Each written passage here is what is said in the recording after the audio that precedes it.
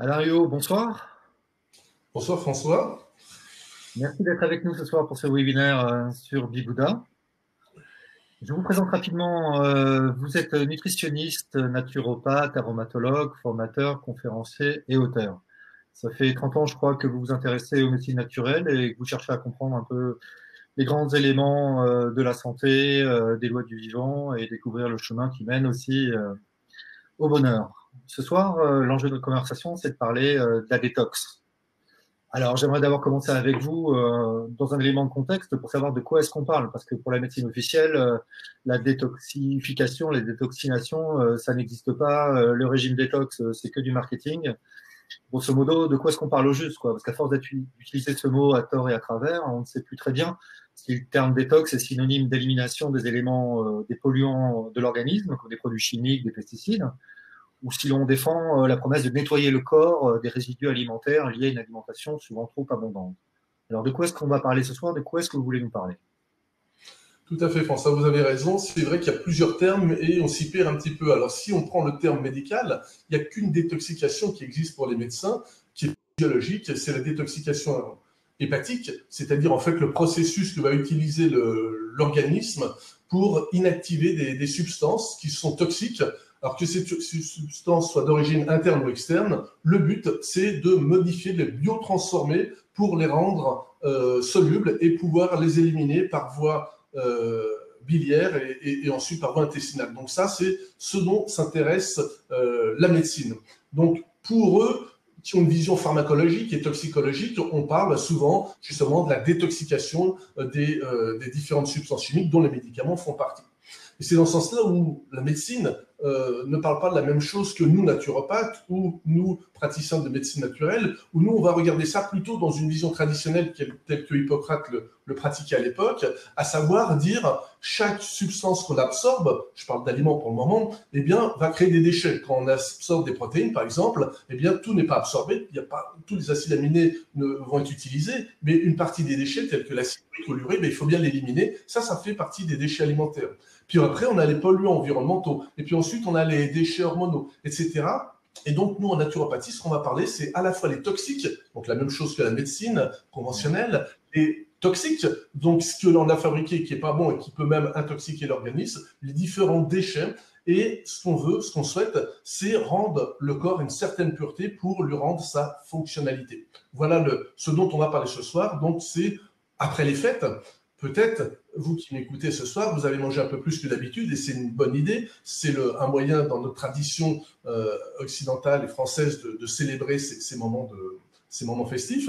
Mais là, justement, il va falloir contrebalancer un petit peu ces effets et dire j'ai stocké un petit peu plus, j'ai amené un peu plus de déchets, qu'est-ce que je peux faire pour rééquilibrer mon corps? D'accord. Mais à ce moment, on voit juste comme un espèce de confort, une petite diète après un excès, ou est-ce que ça a vraiment une justification de santé, de bien-être, une justification physiologique et profonde de entamer une cure détox?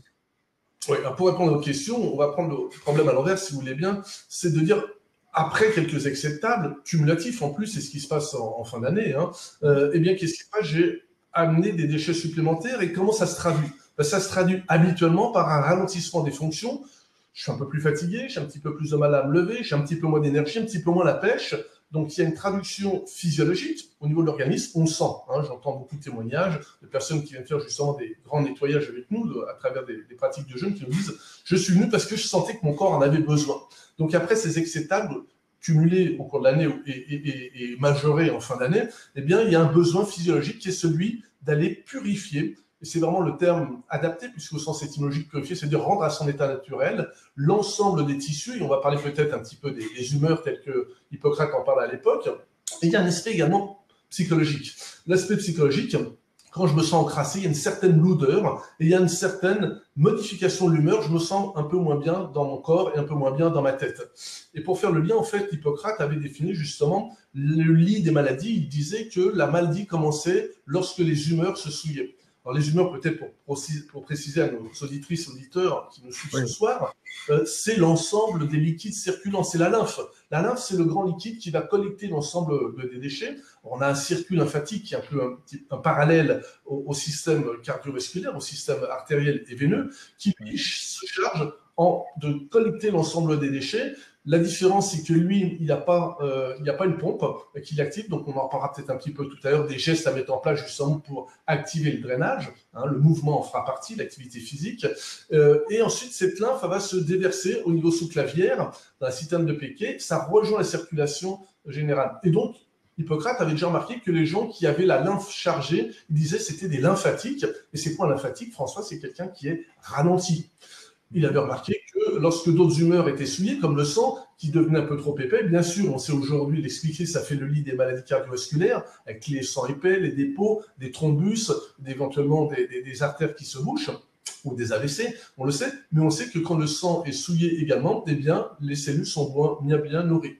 Donc ça, il y a une réalité physiologique derrière, et l'objectif justement des cures de nettoyage ou des outils de nettoyage, pour pas parler, on emploie aujourd'hui le mot détox, c'est un terme générique qui est assez récent. Quand j'ai fait mes études il y a plus d'une trentaine d'années, on parlait de détoxication, détoxifination, mais le problème, c'est qu'on mélangeait un petit peu justement, il y avait déjà un problème avec le vocabulaire utilisé par les médecins, et eux ils disaient, mais c'est pas ça, quelqu'un qui est intoxiqué, il est intoxiqué avec des poisons, avec des drogues, avec de l'alcool, et on ne va pas faire une cure de détoxication. Donc pour éviter toute cette confusion, on parle de détox. Et ça veut dire en fait détoxifier, détoxiner, c'est-à-dire enlever les déchets produits par l'organisme, enlever les déchets extérieurs, exogènes, de ces manœuvres qui consistent à nettoyer l'organisme, à lui permettre, à lui rendre la possibilité, lui favoriser l'environnement pour pouvoir faire cette fonction de nettoyage, ça s'appelle la détox. Oui, parce qu'on sait que le corps le fait naturellement tout le temps. Pourquoi particulièrement faudrait-il l'aider avec une cure? Parce que d'où viennent ces déchets qu'il faut que tout d'un coup, il faut l'aider, alors qu'il le ferait naturellement? Alors, il le fait naturellement, vous avez tout à fait raison, sauf que dans un modèle ancestral, quand on regarde comment fonctionnaient les anciens, je veux dire les premiers hommes, ils avaient des pauses alimentaires. Et donc, lorsqu'ils faisaient bombance, qu'il y avait des festins, qu'il y avait trouver des victoires. Il y a un petit peu comme dans les, j'aime bien prendre cette métaphore des banquets d'Astérix et d'Obélix. Ils faisaient victoire, ils se remplissaient, mais derrière, ils stockaient, même s'il y avait un petit peu plus d'énergie que nécessaire, c'était leur réserve, parce que derrière, il n'y avait pas forcément une nourriture le lendemain, le surlendemain, parce que dans un monde, entre guillemets, sauvage, eh bien, il n'y a pas une disponibilité permanente de la nourriture. Donc, naturellement, ils étaient amenés à faire, on dirait des jeûnes, plus exactement des pauses alimentaires, et à ce moment-là, le corps vider ses réserves, entre autres graisseuses, en profiter pour le faire nettoyage, et ça se fait tout à fait naturellement. Vous avez raison de le souligner, en fait, c'est une fonction naturelle. Donc le but d'un accompagnement en naturopathie ou en médecine nutritionnelle, c'est justement de rendre l'environnement possible pour que le corps fasse son job. En fait, c'est lui qui va faire le job.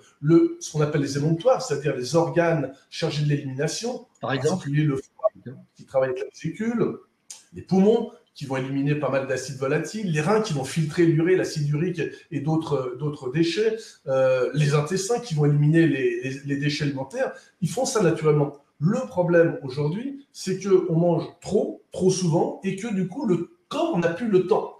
Donc l'idée, c'est quoi? L'idée, c'est de dire, bon, on va lui donner un petit peu de temps, on en parlera tout à l'heure probablement, c'est de faire des pauses alimentaires un petit peu plus longues. Alors, je ne vais pas parler de jeûne pour les auditrices et les auditeurs qui me connaissent et qui nous suivent, parce que le jeûne, ce n'est pas la saison en plein hiver. On peut, s'il y a une obligation, mais nous-mêmes, on n'accompagne pas de cure en ce moment. Pourquoi? Parce que le corps va utiliser son énergie pour se réchauffer. Et quand il fait trop chaud, il l'utilise pour se refroidir. Donc, cette énergie qu'on appelle l'énergie vitale n'est pas disponible pour pouvoir justement faire le ménage. Donc, on va chercher d'autres manœuvres, d'alléger les menus, modifier un petit peu le contenu de l'assiette. On en parlera dans quelques instants. Éventuellement, aider le corps avec des plantes qui ont fait leurs preuves à travers des milliers d'années de pratique de la phytothérapie, qui vont justement rendre de l'énergie ou permettre d'activer une fonction de drainage, d'élimination, que ce soit le foie, les reins, les poumons, etc. Ou la peau. D'accord. Très bien. Alain, juste une parenthèse, je rappelle à nos auditeurs qui sont libres de poser les questions qu'ils souhaiteraient, qui vous soient posées à la fin de notre entretien. Il y aura un petit moment pour que je vous pose des questions qui nous sont posées à travers l'interface. Rentrons un peu dans le détail, Alain. Est-ce que vous pouvez nous dire ou préciser quels sont les types de toxiques ou de toxines qui s'accumulent en fonction des aliments que nous avons absorbés? Oui, tout à fait. Alors juste, je finis juste, j'ai juste un mot à rajouter pour conclure. Hein, le père de la médecine occidentale, Hippocrate, parlait justement de deinde purgare, ce qui veut dire d'abord purger, d'abord nettoyer. Donc c'était une pratique qui est déjà multimillénaire. Et j'aimerais juste, j'ai oublié de le faire tout à l'heure, rappeler l'origine du mot toxique. Parce que justement, ça permet un petit peu de bien resituer le débat. Ça vient du grec toxikon et c'était en fait pour les Grecs, les anciens Grecs, ce mot signifiait le poison dont on enduisait jadis les flèches pour aller chasser. Donc j'aime bien rappeler que nos toxiques, c'est-à-dire l'ensemble des poisons absorbés endogènes et exogènes, c'est un petit peu comme des flèches qui sont empoisonnées et on n'a pas intérêt à garder en soi des flèches empoisonnées. Alors, pour répondre à votre question, donc on a un certain nombre de déchets. On parlait des protéines. Donc, quand on va digérer, la digestion, je rappelle, c'est justement la transformation mécanique, chimique, enzymatique de macronutriments. On parle de polymères, c'est-à-dire des aliments complexes qui vont être décomposés en petites parties qui sont, elles, assimilables par l'organisme, en particulier par l'intestin grêle. Donc, l'intestin grêle, il ne peut pas, la muqueuse intestinale ne peut pas absorber des protéines telles quelles. Elle est capable d'absorber les acides aminés. Donc, il y a un découpage au fur et à mesure. Mais de ce découpage, un peu comme une usine qui travaille, eh bien, il va y avoir des déchets. Quand on fabrique une maison, il y a des déchets, il reste des gravats, il reste des choses comme ça. Eh bien, les gravats ou les déchets des protéines, ça s'appelle l'urée et l'acide urique. On sait qu'un taux d'urée trop concentré dans le sang, peut-être, on peut créer des inconforts, la goutte et autres, mais peut également, enfin, l'acide urique, mais l'urée peut également devenir un poison. Donc, si on n'a pas ces facultés d'élimination de ces déchets alimentaires, on s'intoxiquerait jusqu'à, comme des flèches empoisonnées, à en mourir. Si je prends les glucides, l'objectif des sucres, qu'ils soient complexes, rapides, d'index glycémique élevé ou bas, peu importe, le corps, in fine, il va le transformer dans des sucres simples, des sucres simples tels que le glucose, qui est le plus important, hein, qui va être utilisable. Mais derrière, il y a un autre déchet, ça s'appelle l'acide lactique. Cet acide lactique, il va falloir l'éliminer également. Et si on veut parler des acides gras, eh bien, il y a des déchets également, des acides gras qu'on appelle les corps cétoniques. Le corps, c'est utilisé plus ou moins bien. Alors, je parle en phase de nourriture, mais à un certain degré, il faut également l'éliminer.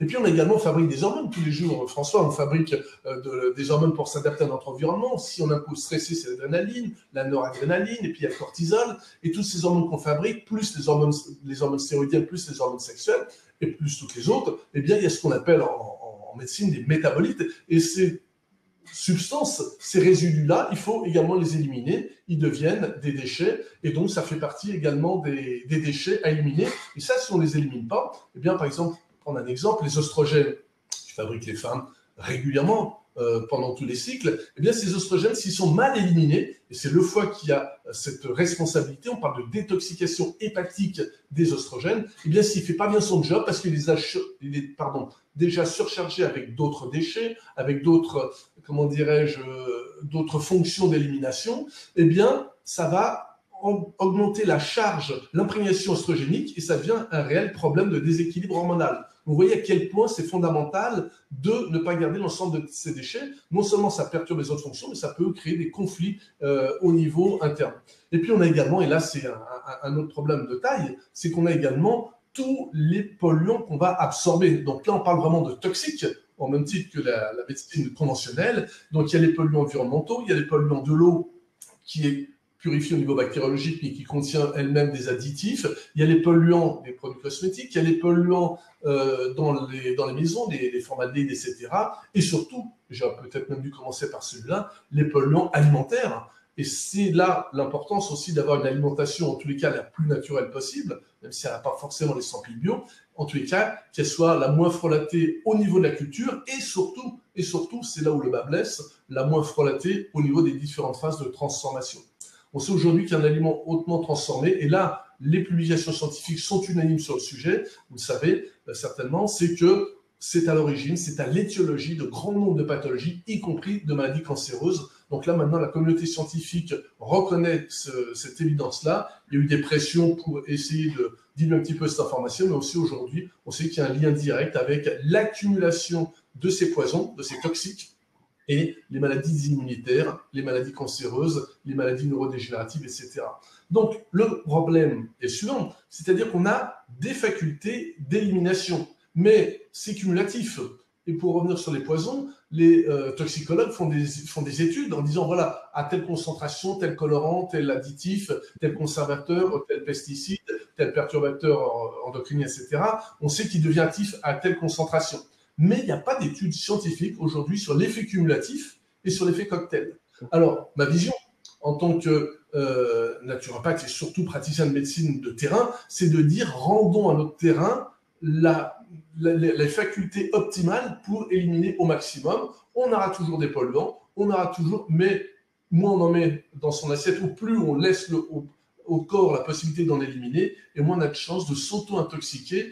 Et rappelons-nous peut-être à nos auditrices, à nos auditeurs, l'ensemble de ces déchets qui ont été collectés dans la lymphe, qui on retrouve dans le sang, eh bien, ils vont créer un double problème. Le premier, c'est qu'ils vont perturber des fonctions qui vont ralentir, comme l'immunité, par exemple, comme une fonction hépatique, une fonction cardiaque, etc., une fonction hormonale. Donc, les fonctions s'altèrent. Et le problème, il y a un autre conflit, c'est que le corps va utiliser les mêmes canaux d'alimentation que d'élimination.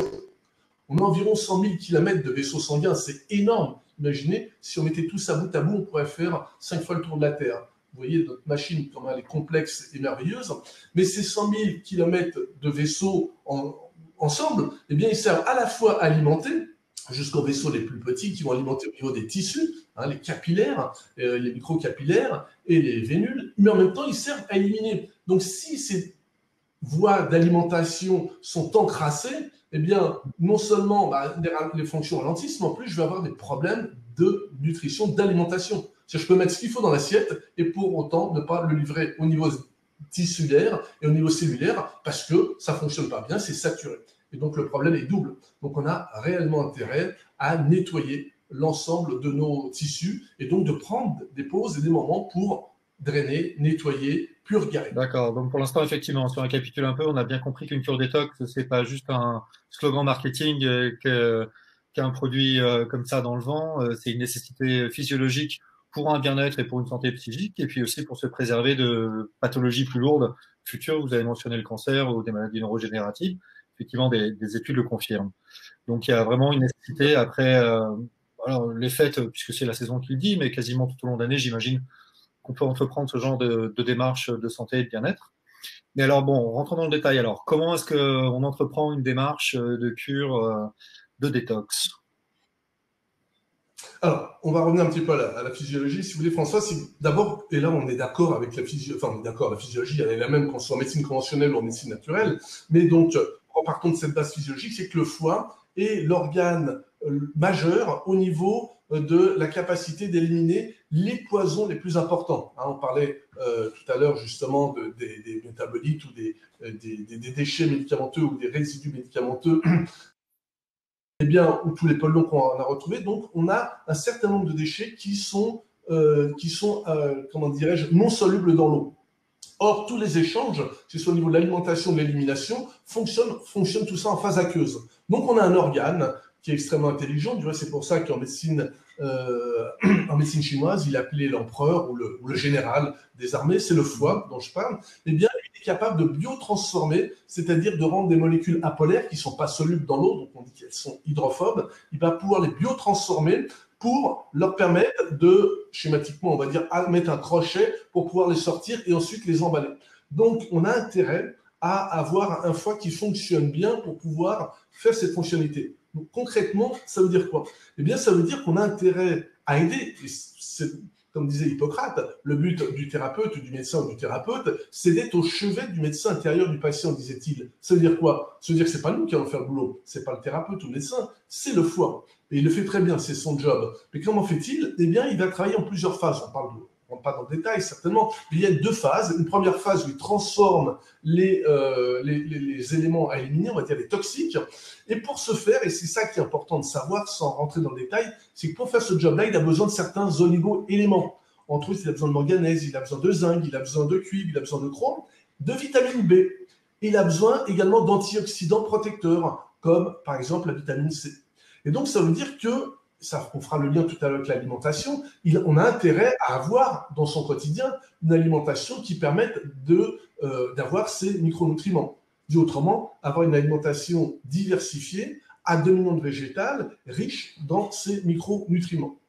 La deuxième phase, une fois qu'il a biotransformé ces aliments, il va utiliser ce qu'on appelle une conjugaison, un emballage des déchets pour pouvoir les sortir par le flux biliaire et ensuite par la voie intestinale. Et pour ce faire, eh bien, on a besoin de...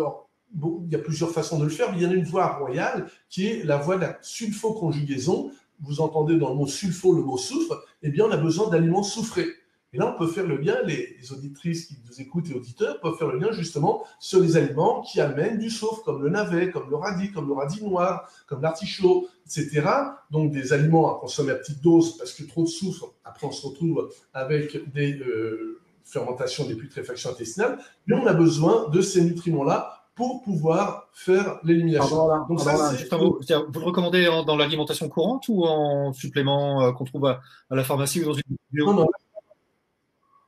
Vous avez raison de préciser. Moi, ma vision, c'est de dire on va favoriser en première médecine que ton aliment soit ton premier médicament, ta première médecine dans l'alimentation. C'est uniquement quand il y a des carences suspectées ou mises en lumière, ou parce que la personne elle n'a pas cette alimentation adaptée, qu'on va rendre à ce moment-là des micronutriments ou des compléments nutritionnels pour faire le job. Mais l'idéal, ce serait dans un respect de son corps, ce serait d'amener les bons aliments au quotidien pour qu'il puisse faire son job. Et c'est uniquement dans le cas de nécessité où on doit accélérer une fonction. Et s'il y a des suspicions de carence, c'est ce qu'on fait nous dans les cures de jeûne. Dans ce cas-là, on amène ces micronutriments un petit peu avant pour qu'il n'y ait pas de facteur de limitation au niveau de la détoxication. Une fois que le foie a fait son job, après, il faut sortir ça par des portes naturelles. C'est ce qu'on appelle les émonctoires. Et donc, ensuite, eh bien, on va stimuler les fonctions émonctorielles. Donc, comment fait-on concrètement? Vous me demandiez, François. Eh bien, on peut commencer par, justement, ça va répondre à votre question, on va commencer par qu'est-ce que je mets dans mon assiette pour favoriser ce travail. Puisque nous, on ne parle pas de jeu, on va parler de diète, peut-être s'il y a besoin, mais on va déjà mettre en priorité pour moi l'alimentation. Mais avant de parler de l'alimentation, il y a un autre organe qui est extrêmement impliqué dans l'élimination de nos déchets, qui lui travaille en phase aqueuse, ce sont les reins. Les reins, ce seront des grands filtres. On parle de filtre hépatique dans sa fonction de détoxication, parce qu'il a mille et une autres fonctions. On parle également des filtres rénaux. Les filtres rénaux qui ont des millions de petites unités qu'on appelle néphrons, eh bien, ils ont pour fonction de retenir ce dont le corps a besoin, les sels minéraux et autres, et d'éliminer ce qui est trop concentré, le chlorure de sodium, certains déchets hormonaux, et d'épurer le sang. On filtre en permanence au niveau rénal plusieurs litres de sang chaque minute. Eh bien, les reins, pour qu'ils fonctionnent bien, ils ont besoin d'un matériau de base qui n'est pas de l'alimentation, ça ne fait pas partie de la famille des aliments, mais ça fait partie des substances indispensables pour son quotidien, ça s'appelle l'eau. Et ça, on l'oublie. Donc, j'aime bien rappeler à nos auditrices, auditeurs et à mes patients au quotidien que boire 1,5 litre d'eau en dehors des repas, sans compter les infusions, les thés et les cafés qui, eux, n'ont pas des fonctions hydratantes, ça devrait être notre habitude, en tout cas un bon geste à prendre pour cette nouvelle année. Vous pourriez prendre ça comme bonne résolution si vous n'êtes pas concerné, enfin si vous n'êtes pas dans les clous, boire au moins 5-6 grands verres d'eau en dehors des repas. Alors pourquoi en dehors des repas? Parce que justement, le but, c'est que l'eau rentre directement à travers l'absorption de l'intestin et du grêle, rentre directement au niveau des canaux lymphatiques, rentre ensuite dans la circulation générale pour dissoudre les déchets. La fonction première de l'eau, c'est de dissoudre. Et quand je dissous, eh bien, d'abord, j'ai des déchets moins concentrés, je fatigue moins mes reins et surtout, j'ai une meilleure filtration rénale. Excuse-moi, Alain, quand vous dites 5 à 6 verres par jour, ça veut dire quoi? C'est 1,5 litre, c'est ça, comme on entend ces recommandations-là? Oui, c'est ça, c'est ce que je précisais tout à l'heure. L'équivalent d'1,5 litre, un verre, l'équivalent d'un grand verre à eau, un verre petit Perrier ou autre, hein, c'est 25 centilitres, exactement. Alors, si on veut boire au repas, on peut, pas des mesurements pour pas dissoudre trop les sucs digestifs.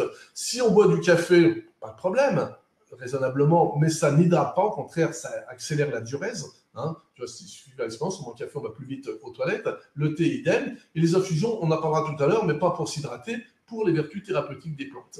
Et là, on utilise une infusion comme, entre guillemets, médicament naturel dans le cadre d'une phytothérapie familiale. Donc ça, c'est côté alimentation, donc l'hydratation. La deuxième chose que je vais vous proposer, c'est déjà de regarder quels sont les aliments qui amènent le plus de déchets. On en parlait tout à l'heure, hein, les aliments qui amènent le plus de déchets, et on va éviter de les mettre, parce que le but, c'est de mettre le corps un petit peu au repos, un repos relatif, mais quand même efficace, pour qu'il puisse, en fait, il sait très bien faire le job dès qu'on lui laisse les moyens, c'est-à-dire moins de l'encrasser. Donc, ce qu'il faut vraiment limiter pendant ces périodes d'après-fête, c'est-à-dire en ce moment, à l'heure où on se parle en direct, c'est les gras animaux. Les graisses animales sont celles qui sont les plus lourdes à digérer, mais celles qui vont alourdir le plus les canaux lymphatiques et alourdir le plus la circulation artérielle, et donc encrasser les vaisseaux qui sont chargés de distribuer les nutriments, l'oxygène, le dioxygène, et tous les micronutriments et nutriments dont on a parlé tout à l'heure. Donc les graisses animales, on les trouve essentiellement dans les produits laitiers, mais aussi fromage, tous les fromages, il n'y a pas que dans la crème fraîche, toute la charcuterie et la viande rouge, qui peut en contenir jusqu'à 30%. Donc, dans ces périodes-là, ça peut être une bonne chose pendant 2-3 semaines de contrebalancer justement les excès de table en se mettant au vert, sans, vous allez voir, sans mourir de faim, en gardant du plaisir nutritionnel, parce qu'il y a plein de bonnes choses à manger qui sont intéressantes, mais éliminer ces graisses animales. D'accord. Bien sûr.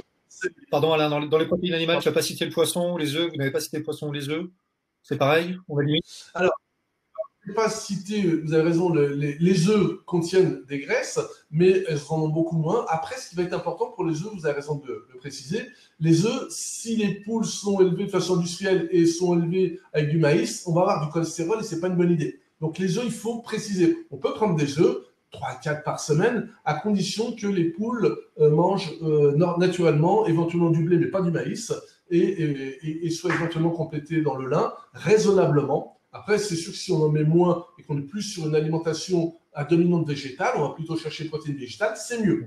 Et le poisson, j'en ai pas parlé parce que le poisson, je vais pas forcément l'exclure. Je vais même faire l'inverse. François, tout à l'heure, je vais proposer à nos auditrices et nos auditeurs des apports de protéines, parce qu'on a besoin aussi de protéines, entre autres, je pense à la tyrosine, je pense au glutathion, qui sont des acides aminés importants. Le glutathion fait partie des acides aminés soufrés impliqués dans la détoxication hépatique, donc il faut les amener, et le poisson est une bonne source de ces acides aminés-là dont on parle, et non pas ces gras saturés. Là, au contraire, les poissons vont avoir des gras bons pour la santé, et les poissons gras, des oméga 3 qui sont même anti-cholestérol, anti-athérogènes. Donc, je les conserve raisonnablement.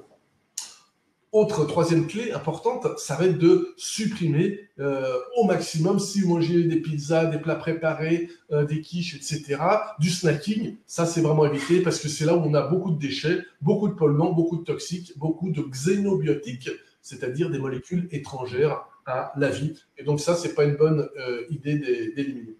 Alors, qu'est-ce qu'on va faire à l'inverse? On va favoriser justement des aliments qui ont une richesse micronutritionnelle pour favoriser le travail de détox. On retire d'un côté pour éviter d'encrasser, mais on favorise. Alors, j'aimerais prendre deux minutes, si vous voulez bien, François, pour parler de quelques micronutriments qui sont importants. On ne va pas trop détailler, mais c'est important de savoir, je disais que le foie avait besoin de vitamine B pour faire son job de nettoyage. Ben, il faut lui rendre ces vitamines, en priorité, bien sûr, par l'alimentation. Et je pense à 2 vitamines qui ne sont pas forcément très connues du grand public. La B1, elle est connue, mais la B1, on la trouve. Alors, qu'est-ce qu'elle a comme intérêt? La B1, elle est beaucoup utilisée pour éliminer certains poisons, et en particulier, je pense à l'alcool. Et on trouve ça dans quoi? Dans le riz complet, dans le pain complet et dans le poisson. Donc, on peut garder les céréales à condition qu'elles ne soient pas raffinées, parce que quand on raffine, on retire les fibres, mais aussi certains minéraux et certains groupes de vitamine B. Donc, ça, c'est intéressant. Et la B15, beaucoup moins connue parce qu'il n'y a pas trop de publications, elle est pourtant extrêmement intéressante, elle favorise l'élimination des graisses. Donc, on la retrouve également dans les mêmes aliments complets, les céréales complètes, telles que le riz ou le pain. On a besoin aussi de vitamine C, on en a parlé tout à l'heure. La vitamine C fait partie de ces grands antioxydants. Plus la vitamine C a un intérêt, c'est qu'elle recycle les autres antioxydants, donc elle est vraiment très importante. Et on ne trouve pas ça uniquement, comme nous le fait croire le marketing, dans les oranges et les kiwis. J'ai plein de patientes qui prennent des kiwis pour les vitamines C. D'abord, si les kiwis n'ont pas été cuits à maturité, il y en aura beaucoup moins, mais on en a beaucoup dans le chou, par exemple, donc tous les choux, et c'est la saison du chou, brocoli, etc., très intéressant. On a énormément de vitamine C, beaucoup plus que dans l'orange, dans les persils, dans les aromates, donc on va favoriser ça. On a besoin également, pour rendre les fonctions de nettoyage, de détoxication hépatique efficaces, de vitamine E, et là, ça, c'est pour nos membranes cellulaires également, c'est ce qu'on va trouver dans les huiles vierges, donc non chauffées et extraites à froid dans notre alimentation.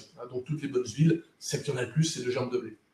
On a besoin de potassium aussi. Et ça, c'est important, le potassium. Le potassium, il va aider quel organe? Les reins en particulier. Donc lui, le potassium, il va optimiser justement les éliminations rénales. Donc il va donner de façon métaphorique, un coup de pouce au nez-front, donc en petites unités de filtration.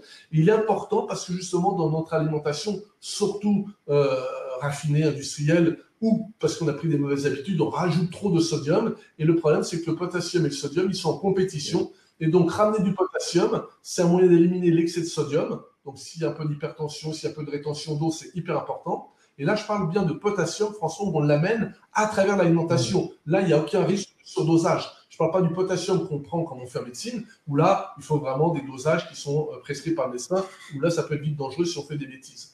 Donc, plus il y a de potassium, et plus c'est diurétique. Et donc, ça, c'est vraiment intéressant. Et le potassium, on le trouve où? Dans les fruits et les légumes frais. On a besoin aussi de sélénium. Le sélénium, c'est un métaux lourd qu'on trouve, mais pas un métal, pardon, qu'on trouve justement qui va éliminer, lapsus, qui va contribuer à éliminer les métaux lourds. Et ce qu'on va trouver, les métaux lourds dans le tabac, l'alcool. Et ça, on trouve où le sélénium aujourd'hui? Dans les noix de macadamia, mais on le trouve chez nous, dans les céréales complètes, dans l'ail et dans l'oignon. Donc ça, c'est hyper important. Et ensuite, on a besoin, on le disait tout à l'heure, François, d'acides aminés qualitatifs pour pouvoir justement faire amener le glutathion, amener la tyrosine. Et donc, c'est là où je vais choisir quand même. Alors, si je suis végétalien, ben, je reste végétalien, pas de souci. Mais si je veux manger des protéines animales, je n'y vois aucun inconvénient. Au niveau, en tant que nutritionniste, en tous les cas, et naturopathe. Et dans ce cas-là, je vais chercher mes protéines animales de préférence, justement, là où j'ai également des charges minérales importantes. Et bien sûr, je pense aux poissons. Donc, c'est là où les poissons vont être intéressants pour avoir à la fois de la méthionine, donc qui est également un chélateur, c'est qui permet d'emballer et d'éliminer le plomb, le mercure, qui est riche également en antioxydants. Et le poisson contient également un acide aminé intéressant, la tyrosine, qui, elle, favorise également l'élimination des toxiques, en plus d'être un précurseur des hormones utilisées pour le système nerveux. Voilà, donc, et puis derrière, on garde des bonnes graisses, comme on l'a dit, de l'avocat, des oléagineux et des huiles vierges. Et là, on a déjà, c'est là, ça, on pourrait faire ça au quotidien, mais là, peut-être plus qu'à tout autre moment, pour permettre de rendre les fonctionnalités de détoxication de l'organisme hépatique et rénal en particulier. D'accord. Est-ce que vous pouvez juste préciser, parce que vous venez d'évoquer la question des huiles alimentaires, s'il y a des huiles vraiment à privilégier, puisqu'on sait que le côté oméga 3 a une influence anti-inflammatoire, donc apaisant, j'imagine, des organes de l'organisme. Est-ce qu'il y a donc des huiles alimentaires comme l'huile de colza ou l'huile d'olive, je ne sais pas, qui soient à privilégier dans une alimentation détox? Oui, alors c'est vrai qu'on parle beaucoup de l'huile de colza, elle a un avantage, c'est qu'elle a un goût assez neutre, qu'elle n'est pas chère, mais elle n'a que 8% d'oméga 3. Vous avez raison de le préciser, François, ce qui nous intéresse dans les huiles vierges, c'est d'augmenter la ration, d'équilibrer le ratio entre oméga 3 et oméga 6. Oméga 6, moi je ne m'en occupe pas d'en rendre, à part l'onag ou la bourrache, mais ça c'est pour d'autres raisons thérapeutiques, pour une visée thérapeutique spécifique, mais les huiles type tournesol, etc., je ne m'en occupe pas parce que de toute façon, des oméga 6, on en a forcément trop et en excès, ils sont pro-inflammatoires, ils vont se convertir en acide arachidonique, donc ça, c'est pas une bonne idée. Donc, ce qui nous manque dans notre équilibre nutritionnel dans le régime occidental auquel on mange chez nous, c'est justement les oméga 3. Donc, on va favoriser les apports, on peut les avoir avec les petits poissons gras, sardines, harengs, maquereaux, anchois, mais dans les huiles, on va favoriser plutôt le lin, l'huile de lin, l'huile de chanvre, l'huile de cameline. Voilà les trois plus grandes, les huiles les plus concentrées en oméga 3. Le colza arrive simplement en 4e position. L'huile de noix arrive un petit peu après, mais sur le plan organoleptique, c'est-à-dire au niveau du goût, elle est exceptionnelle, donc intéressante. Voilà les huiles qu'on va favoriser. Au niveau des apports, une ou deux cuillères à soupe par jour dans les assaisonnements. C'est pas à prendre comme de l'huile de foie de morue. Dans les assaisonnements, c'est parfait, qu'un peu de crudité, mettre sur des légumes après la cuisson. Ces huiles ne se chauffent pas. Et on peut peut-être préciser aussi pour nos auditrices et auditeurs que ces huiles, idéalement, se conservent au frigo parce qu'elles sont très sensibles à l'oxygène et à la lumière. Et une huile qualitative qui s'oxyde, elle a plus ses vertus, mais elle est même toxique. D'accord. Ok. Est-ce que vous pourriez recentrer un petit peu le propos et redonner des exemples vraiment très concrets des aliments les plus détoxifiants, les plus utiles, alors peut-être organe par organe? Alors on va faire, oui, c'est une très bonne suggestion. On peut faire un petit top 10. J'avais envie de vous proposer ça, un petit top 10 des aliments détox pour l'hiver. Je précise de l'hiver parce que si on réécoute ce webinaire avec notre saison, peut-être je le ferai différemment. Mais là, je parle au moment de la saison, c'est-à-dire en plein hiver. Et sachant que je le reprécise pour ceux qui ont pris le webinaire en cours, je ne suis pas en train de faire l'apologie du jeûne, on garde ça pour le printemps, quand on a bien l'énergie qui est remontée, qu'une fois toutes ses capacités. Donc l'objectif, là, c'est vraiment de favoriser une alimentation hypotoxique, à la fois qui amène moins de déchets par rapport à ce qui a pu se passer pendant les périodes festives, mais en même temps qui va rendre des fonctionnalités aux organes chargés d'élimination, foie, rein, intestin, etc. Donc c'est dans ce sens-là où je vous parlais un petit peu du top 10 des aliments détox, juste avant pour préciser, je l'ai oublié tout à l'heure, de dire que bien sûr, on va favoriser des cuissons basse température pour pas dénaturer nos aliments, que ce soit les protéines animales, mais surtout aussi tout ce qui est végétal. Et donc ça, c'est extrêmement important. Donc, basse température, ça veut dire quoi? À basse température, l'idéal, c'est quand on fait de la vapeur, c'est de faire cuire la vapeur. On ne peut pas dépasser 95 degrés, c'est physique. Donc là, on est en basse température. Quand on utilise un four, on essaye de rester dans les 110 degrés. On a une marge un petit peu plus élevée parce que c'est la température au cœur qu'on va prendre. Voilà, c'est ça. C'est les températures vapeur, que ce soit dans un panier troué ou dans un cuve vapeur, ou four à environ 110 degrés. Et quand on fait des fritures, c'est pas la cuisson la plus intéressante sur le plan santé. On essaye de ne pas faire brûler les huiles ou les gras, les matières grasses qu'on utilise. Voilà, par rapport à la température. Et favoriser aussi les plantes aromatiques. J'ai parlé tout à l'heure du persil, mais il faut savoir que dans toutes les plantes aromatiques, que ce soit la coriandre, que ce soit les ciboulettes, etc., enfin tout ce qu'on peut trouver, eh bien, elles ont des vertus extrêmement intéressantes pour alcaliniser le terrain, mais en même temps, il y a beaucoup de phytonutriments qui sont utilisés par les organes de la détox et en particulier par le foie. Alors, on est parti pour le top 10. François, vous êtes prêts? Et vous aussi, chers auditrices, auditeurs, vous êtes presque 500, plus de 500 nous écouter, c'est super. Donc, le sujet intéresse, et c'est vrai, après les fêtes, il faut penser contrebalancer un petit peu les excès. Donc, je vous invite à inviter à votre table les poireaux. Donc, le poireau, c'est le numéro 1 de la détox. Alors, je parle d'abord des végétaux. Il faut être honnête, on va voir que sur le top 10, il y a surtout des aliments végétaux. Il y a moins de déchets et il y a plus de phytonutriments, de molécules actives pour faire le job du nettoyage. Alors, pourquoi le poireau? J'en ai parlé un petit peu tout à l'heure. Ce qui m'intéresse, c'est d'augmenter ma filtration rénale. Pour tous les déchets qui sont éliminables en phase aqueuse, je rendre du potassium à mon organisme. Eh bien, ça tombe bien, il y a plein de potassium dans les poireaux qu'il faut consommer cuit impérativement, ça ne se mange pas cru, vous le savez, ça digeste, et conserver le vert et le blanc. On va voir que les deux ont des vertus complémentaires. Dans le vert, on trouve le potassium, et dans le blanc, on a un sucre particulier. Peut-être vous vous souvenez que la dernière fois que vous avez mangé des poireaux, vous aimez bien un peu plus le blanc parce qu'il y a un petit goût sucré. Moi, c'est le cas, je trouve que c'est sympa. Eh bien, dedans, il y a un sucre qui s'appelle le fructosane. Et fructosane, eh bien, figurez-vous qu'il contient également des propriétés diurétiques. Donc, entre le sucre du blanc et le potassium du vert, on a l'aliment de la détox idéal. Alors, qu'est-ce qu'il a comme autre intérêt, ce poireau? C'est qu'il a également des très bonnes fibres. Ça fait comme une espèce de balai. Donc, lui, il va balayer nos intestins comme un balayage interne du haut du tube digestif jusqu'au bas. Et donc, il nettoie en même temps les intestins. Et en plus, c'est sur le gâteau, comprenez pourquoi je l'ai pris en numéro 1, il contient des molécules soufrées, comme les aliacées, comme l'ail, l'oignon, l'échalote. Et souvenez-vous, si vous m'écoutez depuis le début, il faudra réécouter pour ceux qui ont pris en cours de route, le soufre est fondamental pour la sulfoconjugaison, donc pour le foie, pour emballer les déchets. Donc le poireau, il travaille au niveau des reins, il travaille au niveau du foie, il travaille au niveau des intestins. Là, on ne peut pas faire mieux. Le 2, c'est le céleri. On est dans l'hiver, donc il y a du poireau, il y a du céleri. Vous voyez que la soupe, elle a du bon sens, les soupes des anciens, a du bon sens à ce niveau-là, parce qu'on peut mettre tout ça dans la même gamelle. Si vous faites, qui m'écoutez, tout ça dans la même gamelle, c'est la soupe, pas de problème. On ne fait pas bouillir trop vite, on ne met pas l'autre cuiseur avec le bouchon, parce que là, on est à 140 degrés, on détruit une partie des micronutriments, c'est un peu dommage, et on boit l'eau. Donc c'est pour ça que la soupe est intéressante, parce que tous ces minéraux, comme le potassium, sont hydrosolubles. Donc si on le fait cuire vapeur et qu'on jette l'eau, c'est un peu dommage. Donc là, il vaut mieux le cuire dans l'eau et conserver l'eau, ou la boire le bouillon, ou le mélanger sous forme de soupe. Le céleri, je vais un petit peu plus vite, riche en potassium, donc toujours intéressant pour les reins, traditionnellement utilisé pour régler les problèmes de gouttes.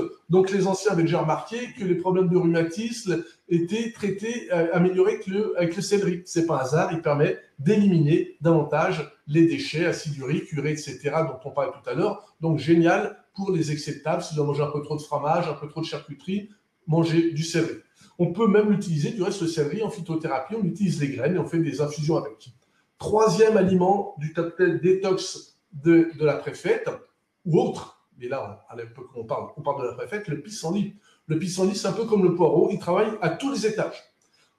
Pissenlit, il travaille, on comprend déjà que il y a le mot pisse, c'est peut-être un moyen mnémotechnique de nous rappeler qu'il travaille également au niveau rénal, diurétique, donc il fait pisser davantage, mais il agit aussi sur le foie. Hein, on utilise même en teinture mère le taraxacum, donc le pissenlit est utilisé justement pour activer les fonctions hépatiques, il fonctionne mieux, il a plus d'énergie et il va mieux éliminer. Il agit également au niveau du flux biliaire, donc on a un flux biliaire plus important, ça fait baisser donc les déchets, et en particulier, on n'a pas parlé tout à l'heure des déchets des lipides, j'ai parlé des corps cétoniques, mais j'ai oublié que le cholestérol en excès est également un déchet. Eh bien, le pissenlit permet d'éliminer davantage le cholestérol, et il est comme le poireau, il a un peu des fibres, enfin il a des fibres, donc il va également travailler au niveau intestinal.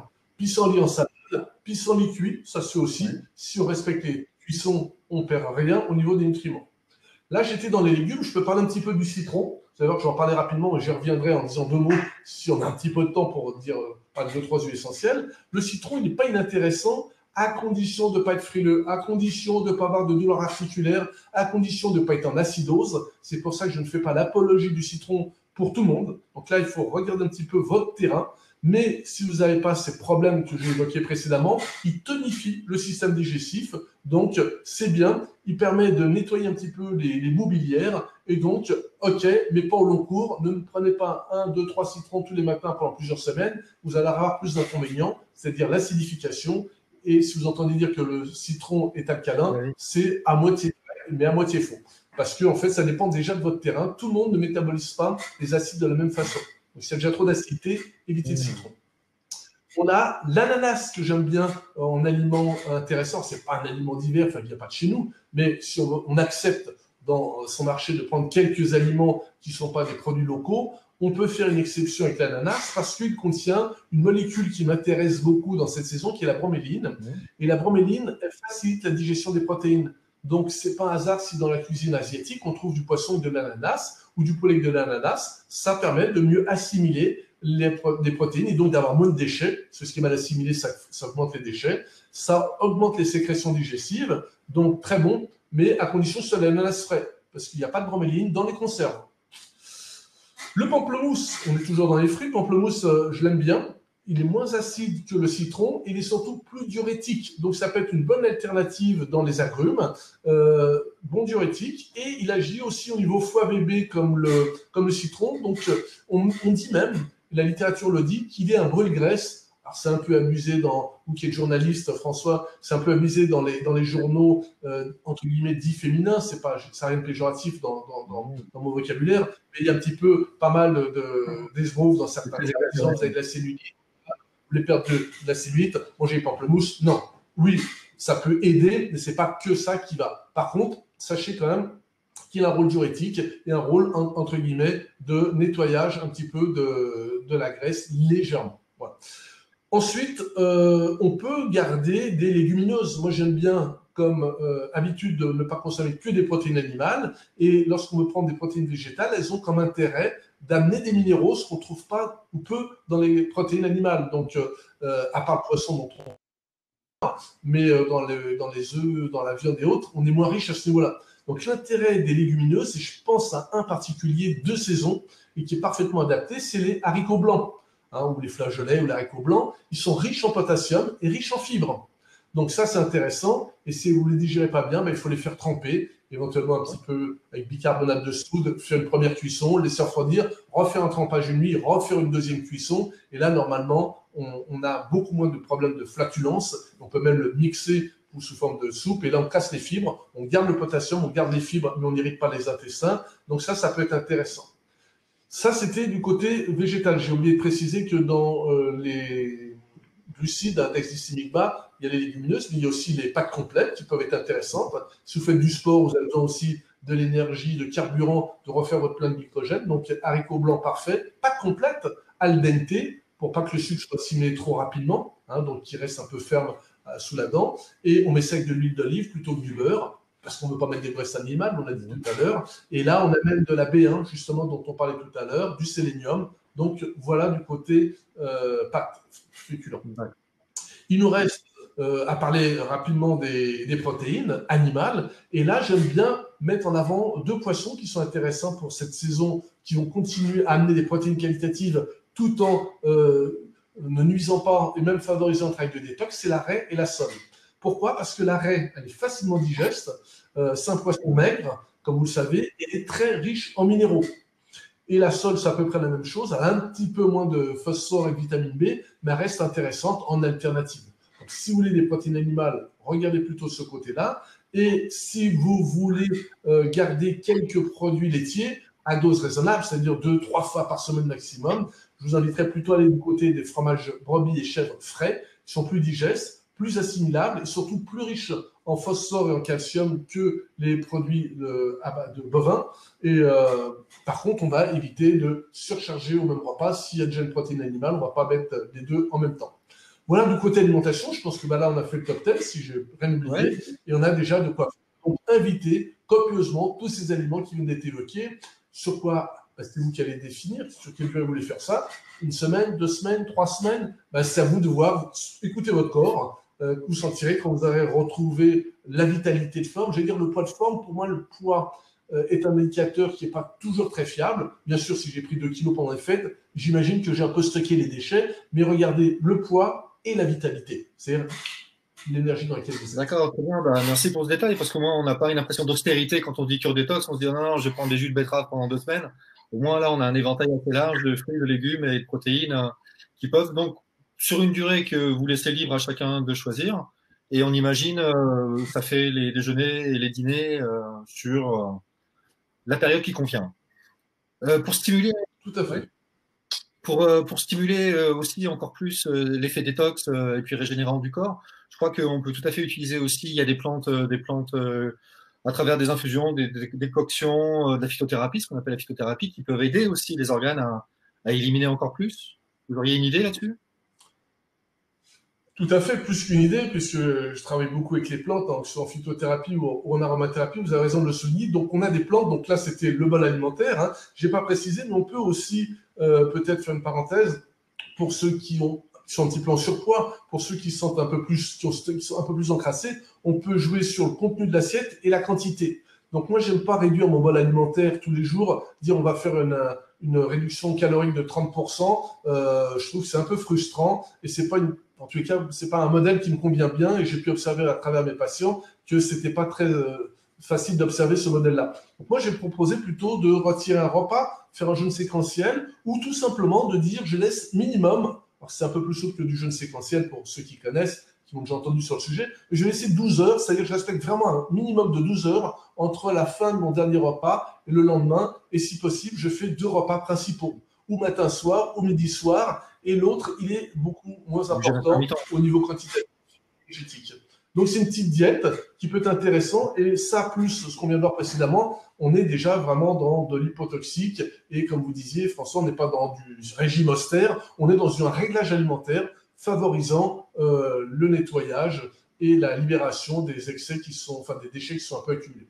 Alors, pour répondre à votre question, les plantes, oui. Alors, on a une plante qui est vraiment, là, on va favoriser les fonctions hépatobiliaires, on revient toujours au foie. Hein, moi, j'aime bien redémarrer toujours du foie. L'artichaut, le radis noir, de façon incontestable, ce sont les plantes reines de la détoxication hépatique, donc qui amènent à la fois des phytonutriments, des acides aminés, mais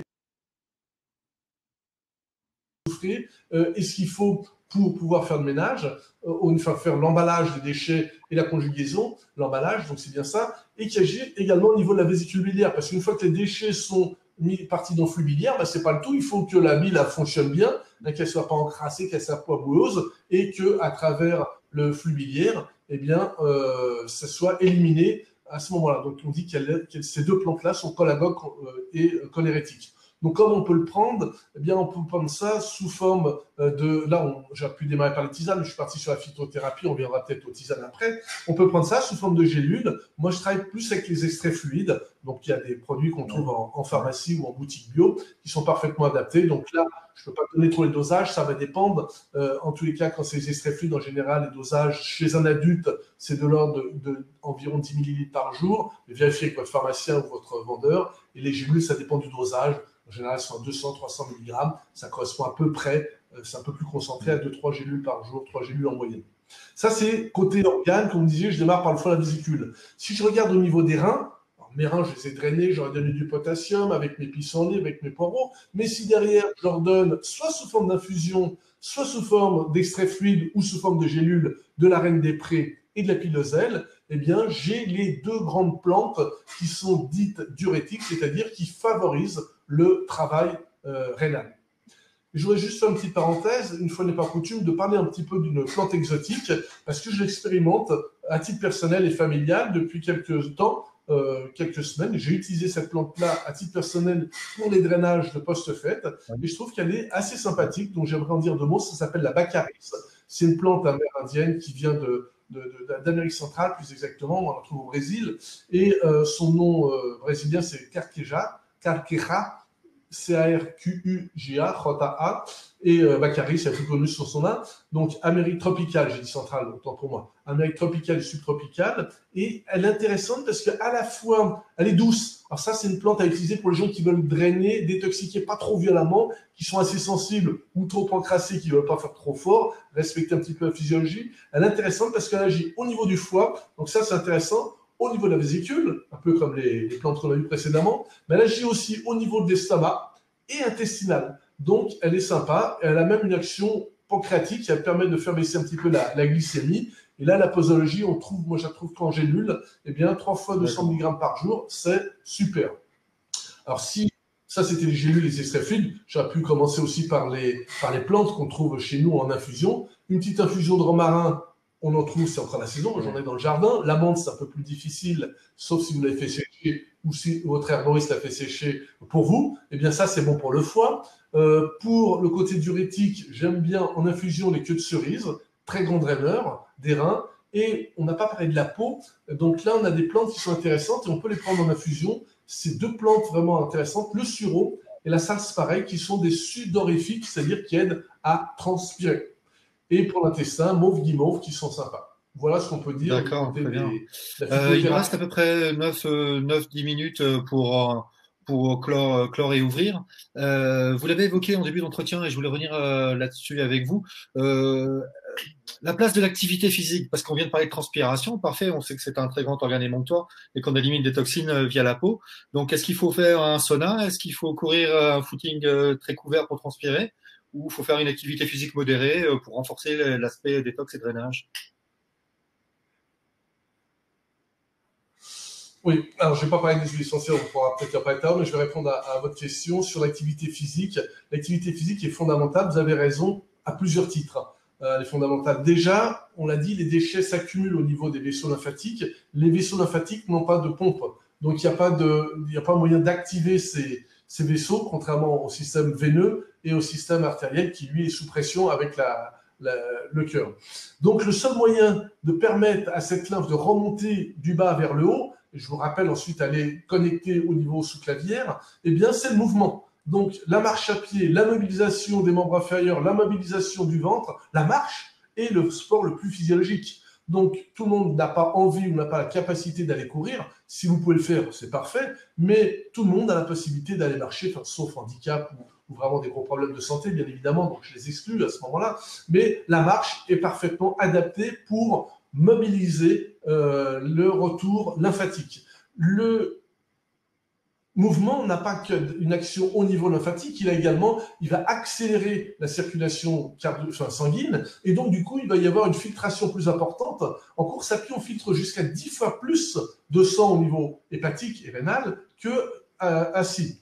Et en marche, on est à peu près, ça dépend du rythme de la marche, mais on peut arriver 5, 6, 7, 8 fois davantage. Donc ça veut dire que si je me prends 3 quarts d'heure de marche, 3 fois par semaine, c'est le minimum. Vous demandiez des chiffres, donc là, je cite les études scientifiques qui ont été faites sur les besoins minimums pour pouvoir entretenir cette circulation des humeurs, et on verra qu'il y a un impact aussi sur l'humeur intellectuelle, c'est-à-dire les bonnes humeurs, hein, être de bonne humeur, être bien dans sa tête, eh bien ça agit aussi à ce niveau-là, c'est le minimum. Et donc, avec l'infiltration majorée au niveau hépatique et rénal, mes organes d'élimination vont voir beaucoup plus passer de sang, donc beaucoup plus de déchets, et vont éliminer davantage. Donc on peut chercher la transpiration, vous aviez raison de le souligner, à travers les saunas ou les hammams.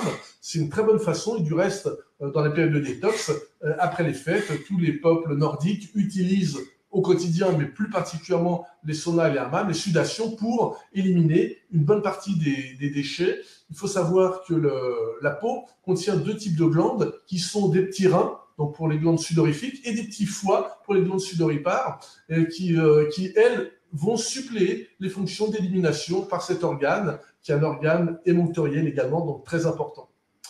Donc oui, c'est tout à fait important, vous avez raison de le rappeler, de mettre de l'activité physique au quotidien, mais plus particulièrement dans cette phase où on veut bouger pour pouvoir optimiser les fonctions d'élimination, faire de la détox allongée. D'accord, alors écoutez, pour finir, pour les 5 dernières minutes, vous lanciez le sujet, tout à l'heure je vous ai interrompu, sur les huiles essentielles. Est-ce que vous aviez des huiles essentielles à lister pour favoriser la détox?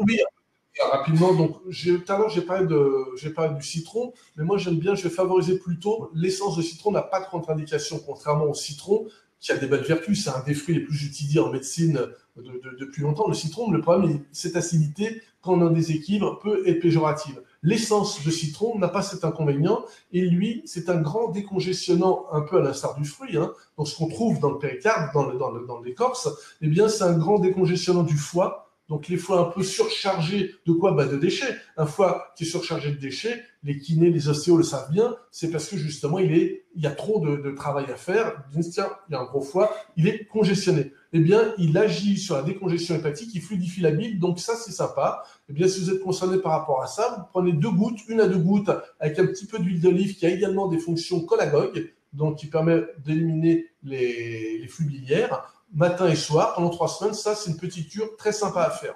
Ouais. On a le romarin, j'en ai parlé tout à l'heure en infusion, mais le romarin, en aroma, on va l'utiliser, mais il faut un chémotype, c'est-à-dire la race chimique du romarin, c'est le chémotype, donc verbénone. Le verbénone, donc c'est cette molécule qui est un trophisme particulier pour la détoxication hépatique. Donc dit autrement, le romarin à verbénone, permet au foie de mieux faire son job et l'aide pour toutes les personnes qui auraient le foie un peu fatigué suite aux excès de table, un peu d'alcool, un peu de nourriture plus riche. Donc ça peut être intéressant. Même posologie que le citron, dans ce cas-là, 1 à 2 gouttes avec un petit peu d'huile d'olive matin et soir. Petite cure de 3 semaines avant les repas. Pour ceux qui veulent aller un peu plus loin, qui n'ont pas peur de se confronter à des goûts un petit peu forts, alors on pourrait utiliser le céleri comme dans l'alimentation tout à l'heure, mais on a en aromathérapie la chance d'avoir une huile essentielle qui est sur une octave supérieure. Elle s'appelle la livèche. Et la livèche, elle est très riche en phtalide. C'est une molécule aromatique qu'on trouve également dans le céleri. Il y en a beaucoup plus dans la livèche. Et la livèche, c'est phtalide. On aime beaucoup ça en aroma parce que c'est le rôle des éboueurs. Ça permet de faire le grand nettoyage. Ça agit en même temps sur le pancréas, sur les reins. Donc, c'est le grand draineur, le grand éboueur pour les déchets qui sont accumulés dans le bas du corps, au niveau de l'intestin, au niveau des reins et dans le bas du corps. Et la petite dernière, la carotte, j'en ai pas parlé dans l'alimentation, elle est riche en sucre. Donc, j'en mets dans ma soupe, mais pas trop, parce que si je mets trop de sucre, je ralentis la détoxication. Par contre, en aroma, m'intéresse cette huile essentielle. Pourquoi? Parce qu'elle a un trophisme particulier sur le foie, mais également sur sur l'excès de cholestérol. Donc, l'huile essentielle de carotte a cet avantage à permettre de mieux éliminer le cholestérol. Voilà 4 grandes huiles essentielles. Si vous ne savez pas comment faire, vous prenez une goutte de chaque. Ça fait peut-être beaucoup. Il faudrait le diluer. En fait, il ne faudrait pas dépasser 2 gouttes du mélange matin et soir. Donc, il faudrait le diviser avec, prendre 2 gouttes de lune, une goutte de lune matin et une goutte des 2 premières et une goutte des 2 secondes, par exemple. Ça pourrait être une solution. Et on fait une petite cure de 3 semaines. Voilà pour compléter le tableau. Alors, merci beaucoup pour toutes les informations. C'est extrêmement dense, c'est extrêmement fouillé, ça balaye vraiment très large, c'est très précis. Mais c'est tellement dense que je pense que nos auditeurs vont se précipiter sur le replay pour la réécouter et reprendre des notes parce que c'est passé très très vite. Et alors, pour tous ceux qui voudraient en savoir plus, évidemment, donc il y a le replay, mais je crois savoir également, évidemment, que vous formez les gens, vous accompagnez les gens et vous proposez des formations pour expliquer plus dans le détail tout ce que vous venez de nous dire. Là, on n'a pas d'une heure qui est passée en un clin d'œil.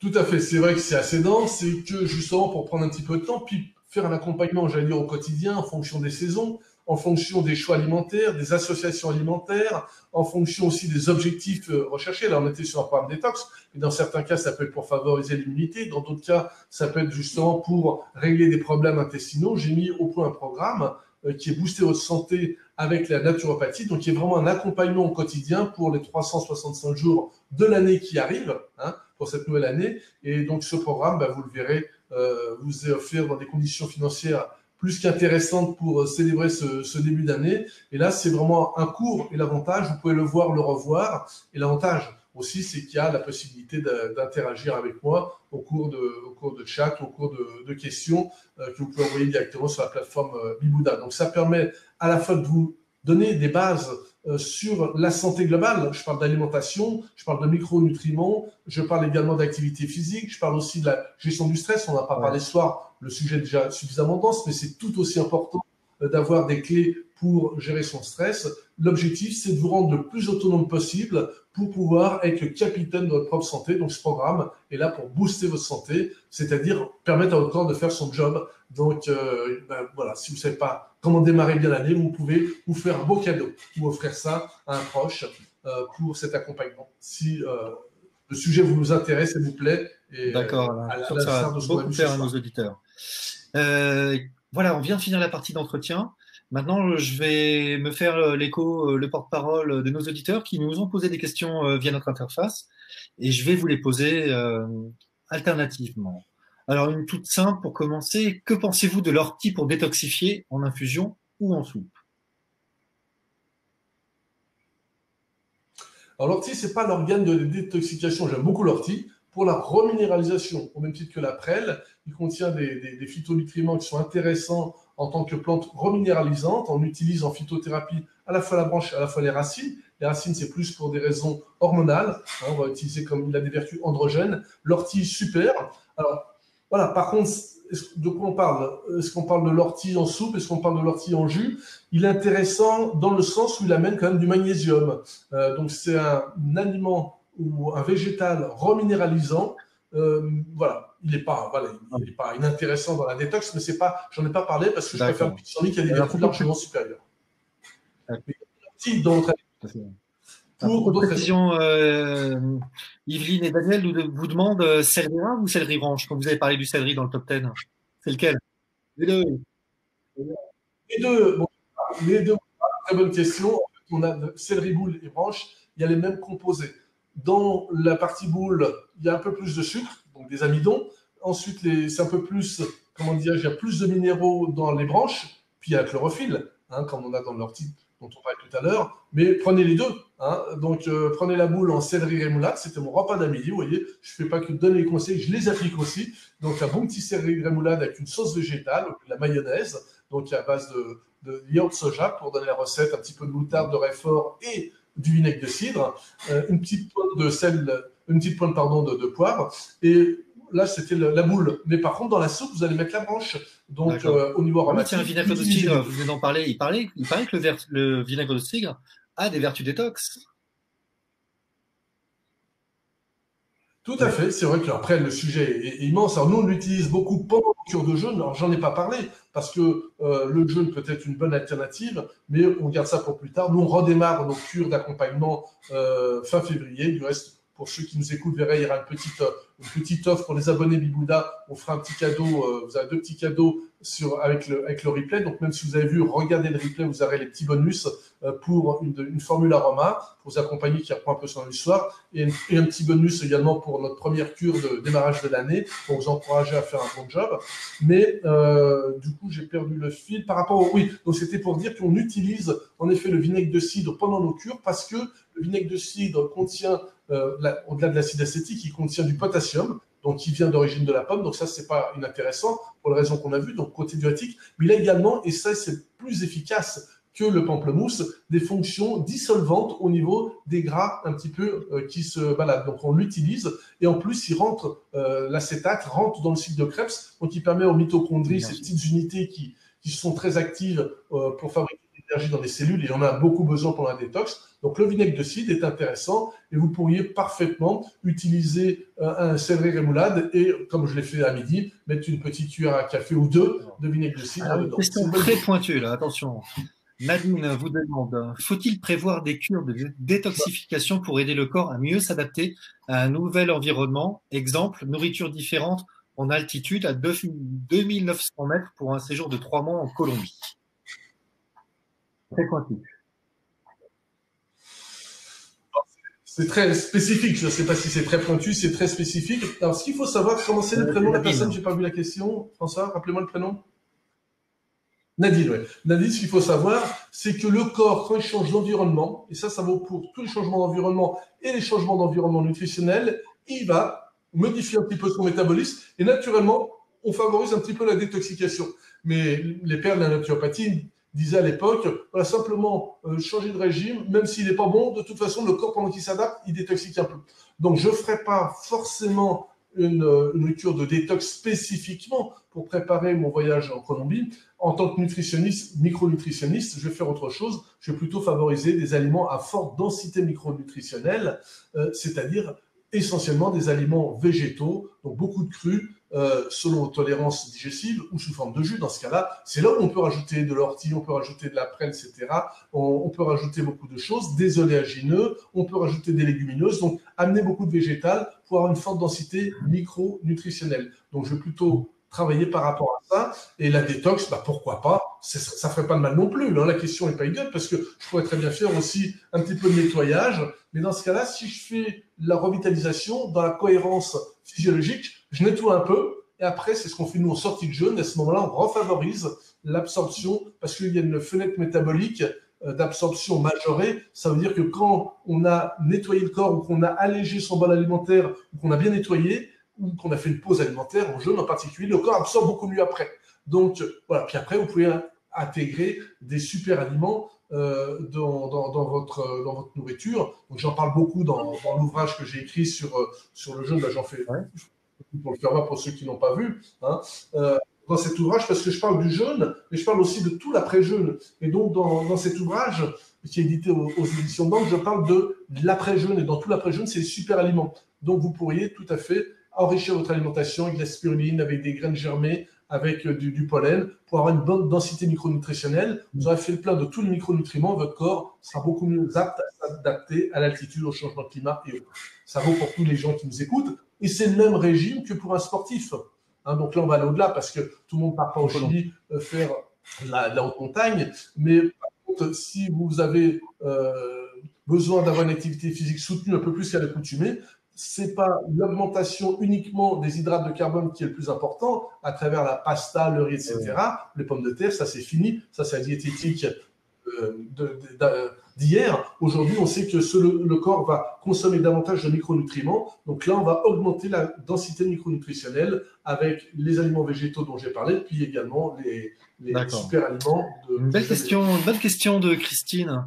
Est-ce qu'il est judicieux, d'après vous, de prendre des probiotiques dans le cadre d'une cure détox, puisque les probiotiques peuvent favoriser l'activité de l'intestin et donc l'évacuation de tout ce qui transite naturellement par là.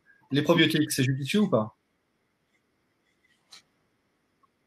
Alors, c'est judicieux au quotidien quand il y a des dysbioses, des déséquilibres de la flore intestinale. C'est judicieux au quotidien quand on veut renforcer l'immunité. On sait très bien que quand les places de parking, pour parler de façon métaphorique, sont occupées par les bonnes bactéries, ça évite que les pathogènes viennent.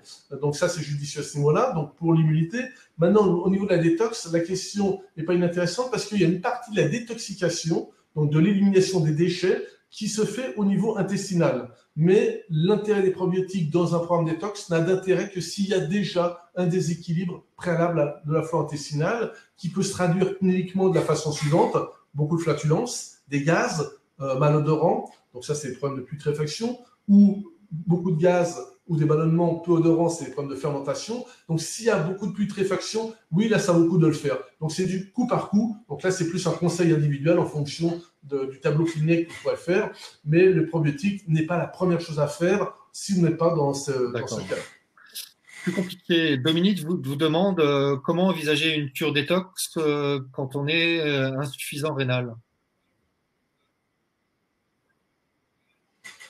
Alors, quand on a insuffisance rénale, là, il faut voir, ça dépend à quel niveau l'insuffisance rénale. Par exemple, moi qui accompagne des cures de jeûne, on sait qu'on ne peut pas prendre en jeûne des gens qui ont une insuffisance rénale sévère. Ça fait partie des contre-indications à la pratique du jeûne, comme toute autre insuffisance sévère, que ce soit pulmonaire ou cardiaque ou hépatique.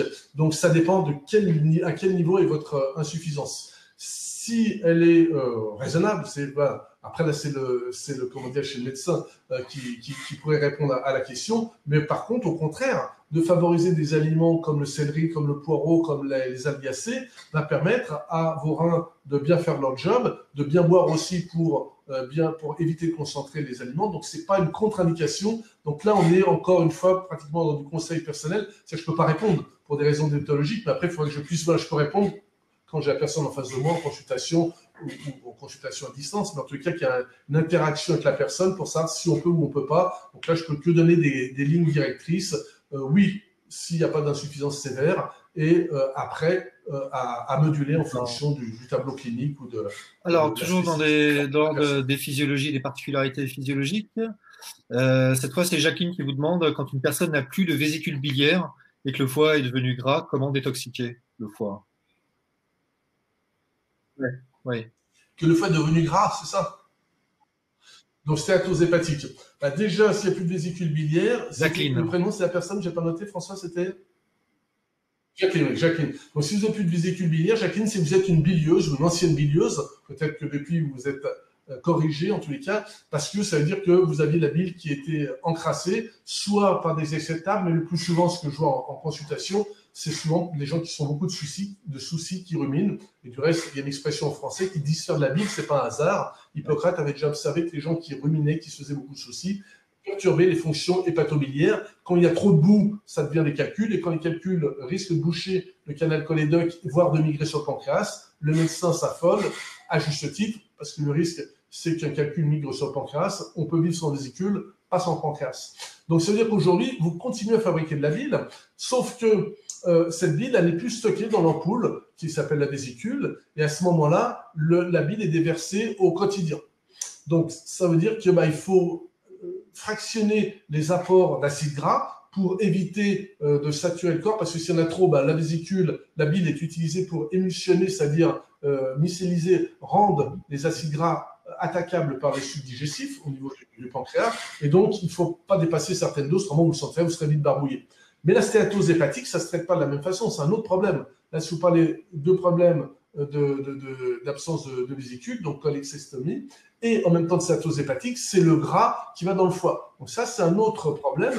Le problème du foie gras, c'est souvent un problème de métabolisation des sucres, et en particulier du fructose, rarement le fructose des fruits, sauf si vous mangez trop de fruits, mais surtout le fructose, donc tous les sucres additionnels, c'est ceux-là qu'il faut retirer, parce que tous les sucres ajoutés par l'industrie agroalimentaire, tous les plats transformés, donc c'est ce fructose qui, lui, est métabolisé par le foie. Si on a trop, le foie ne peut pas l'éliminer et il fait du foie gras.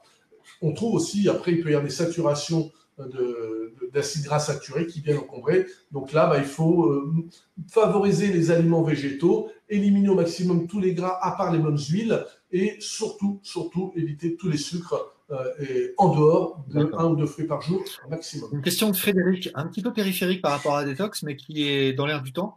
On parle de plus en plus du régime cétogène. Est-ce que ça a à voir avec la détoxification de quelques organes? Est-ce que ça a un intérêt pour vous?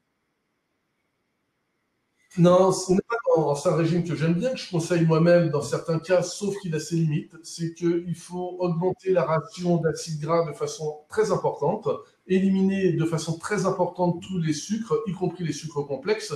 Et donc, il est intéressant pour ses propriétés neuroprotectrices et oncoprotectrices. Donc, c'est un régime que je conseille au coup par coup quand il y a un besoin thérapeutique. Maintenant, quand tous les organes fonctionnent bien, on n'est pas obligé de passer au régime cétogène si on n'a pas une visée thérapeutique. Par contre, tout le monde a intérêt, et là c'est au quotidien, à limiter au maximum tous les sucres ajoutés et plutôt favoriser, prendre un peu plus de légumineuses plutôt que des céréales. Dit autrement, on vaut mieux manger des lentilles que du riz. On peut manger un peu de riz complet, un peu de pâtes complètes, j'en ai parlé tout à l'heure, bien sûr, mais plus de légumineuses. Et là, on fait baisser un petit peu la charge glycémique, enfin pas un petit peu, on l'a fait baisser de façon substantielle, et amener un petit peu moins d'hydrates de carbone, ça a un intérêt. Voilà. Après le cétogène, je vais l'utiliser, je le conseille, j'en parle même dans mon ouvrage, mais pour des raisons thérapeutiques ou pour maintenir un poids ou pour ses propriétés, neuroprotectrices. Ça ne fait pas partie d'un régime. Oui, je crois qu'il y a de très bons résultats pour l'épilepsie, dans l'épilepsie avec le régime cétogène, entre autres. Entre autres, Alzheimer également, sclérose en plaques, toute la neuroprotection. Alors, moi, je connais bien le sujet à travers l'étude, toutes les publications que j'ai lues pour écrire mon ouvrage sur le jeûne, et j'ai tout un chapitre qui est consacré justement sur les vertus des corps cétoniques, parce que on fabrique également ces corps cétoniques. On n'est pas obligé de les amener à travers des acides gras à chaîne moyenne, comme le coco et d'autres. Moi, je suis pas un fan que de coco. Il n'y a pas que le coco qui est intéressant dans le régime cétogène. Le corps en fabrique. Donc, si on diminue vraiment les glucides, on va en fabriquer un petit peu plus. Quand on fait du jeûne séquentiel, c'est aussi un moyen d'augmenter un petit peu sa production de corps cétonique. Pour le corps, quand il y a de la glycémie trop basse, pour réguler, il brûle de la graisse. Donc, c'est un moyen de maintenir un poids de forme et c'est un moyen de fabriquer des corps cétoniques de façon physiologique et d'entretenir une bonne santé neurologique. Nicole vous demande que faire quand on a trop d'acide, alors elle n'a pas précisé, j'imagine, d'acide urique dans les urines. Faut-il boire plus pour retrouver l'équilibre acido-basique ou prendre certains aliments en particulier? Là, déjà, c'est tout l'enjeu, c'est intéressant d'en parler, c'est tout l'enjeu du cours que je donne en ligne chez Bibouda, c'est justement d'expliquer tous ces processus, mais je ne voudrais pas vous frustrer et vous dire, vous verrez ça dans le cours, je vais comme vous amener un début de réponse, c'est-à-dire qu'il faut limiter les protéines, parce que, comme vous l'avez vu tout à l'heure, l'acide urique est un déchet et l'urée est un déchet des protéines, donc on va favoriser plutôt des protéines végétales qui sont un peu moins denses dans ces déchets-là, il y en aura un petit peu moins, et un contrebalancement avec des bases. Et puis derrière, bien sûr, favoriser les fonctions drainantes au niveau rénal, telles qu'on l'a vu tout à l'heure, avec les plantes. Les protéines végétales, par exemple, lesquelles? Quelles sources? Haricots blancs, lentilles, pois, fèves, donc toute la famille des légumineuses et les deux grandes sources. Alors bien sûr le soja qui a été décrié pour mille et une raisons. Alors, tant que le soja n'est pas transgénique, pour moi, on n'est pas des Asiatiques, on n'est pas fait pour manger soja matin, midi et soir. Mais manger un petit peu de tofu ou différentes formes de soja, c'est une forme aussi intéressante sur le plan écologique, de moins consommer de viande et de moins contribuer à la pollution environnementale. Je suis par contre tout supprimer, mais rééquilibrer avec un peu plus de végétal, un peu moins d'animal, c'est intéressant. Et on a également les légumineuses, les oléagineux, qui sont assez riches. On a jusqu'à 13-14% dans les amandes de protéines. Donc ça, on l'oublie. Donc c'est aussi des aliments santé intéressants qui amènent des protéines et on aura beaucoup moins de problèmes d'urée avec des amandes, des noisettes, des cajous, etc., qu'avec de la charcuterie. Karen s'inquiète. Faut-il supprimer aussi les quiches ou tartes maison faites 100% maison? Puisque vous aviez parlé tout à l'heure du danger des produits préparés, des aliments préparés. Et non, ce que j'ai dit, c'est les produits transformés par l'industriel, pas par vous. Donc, bien sûr, l'intérêt, c'est de se réapproprier. Bien sûr, ça prend du temps, mais le temps, c'est de la santé dans ce cas-là. C'est pas de l'argent, c'est de la santé. Et gagner du temps, c'est gagner de l'argent. Mais si l'argent, vous l'utilisez pour retrouver la santé, comme disait le Dalai Lama, c'est un peu dommage. Donc, bien sûr, l'intérêt de cuisiner, on peut faire une pizza.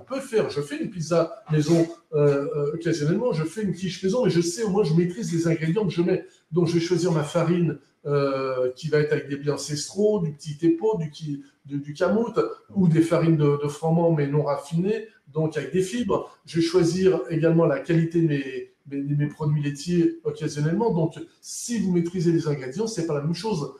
Le grand problème, c'est que l'industriel, lui, a pas le même objectif que vous. Son objectif, c'est d'augmenter sa marge financière et ses bénéfices. Donc, pour ce faire, il va chercher les matières premières les moins chères et mettre tout un tas d'adjuvants pour avoir des produits qui se conservent longtemps, qui soient appétants, quitte à manipuler un petit peu les goûts, les sucres ajoutés, dont le fructose ou les sucres ajoutés dont je parlais tout à l'heure en font partie. Et voilà, c'est pas la même chose. Donc, conserver ces plats-là à partir du moment où c'est vous qui maîtrisez et qui savez ce que vous mettez. Maintenant, il ne faut pas abuser non plus du gruyère râpé, il ne faut pas abuser de ces produits-là. Mais voilà, pas de frustration. Allez, une dernière question d'Isabelle, qui doit être thérapeute aussi, compte tenu de la question. Bonjour, les branches de céleri cru refroidissent le corps en hiver. Pour les frileux, est-ce judicieux? Alors Isabelle, ben, ça va dépendre de vous. Hein. Le céleri agit au niveau des surrénales. Hein.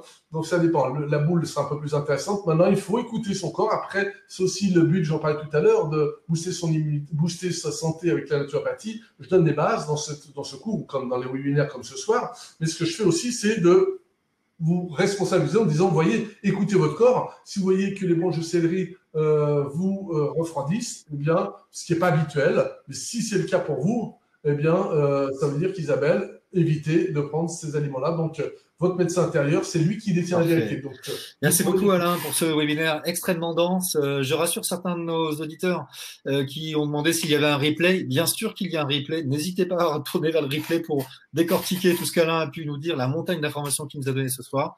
Et vous pouvez aussi, on vous le rappelle, vous tourner vers les formations qu'Alain dispense via Bibouda. Merci beaucoup, Alain, pour cette soirée. Tout à fait. Merci beaucoup François, et puis je salue toutes les internautes. J'en ai vu quelques-uns que je connaissais, que j'ai repéré quelques petits noms en passant. En tous les cas, je vous salue, je vous souhaite une bonne soirée, prenez soin de vous, et mes voeux pour cette nouvelle année, devenez votre propre thérapeute, soyez le plus autonome possible, prenez soin de votre santé, personne ne le fera à votre place. Bonne soirée, merci, et à bientôt pour un prochain webinaire. Au revoir.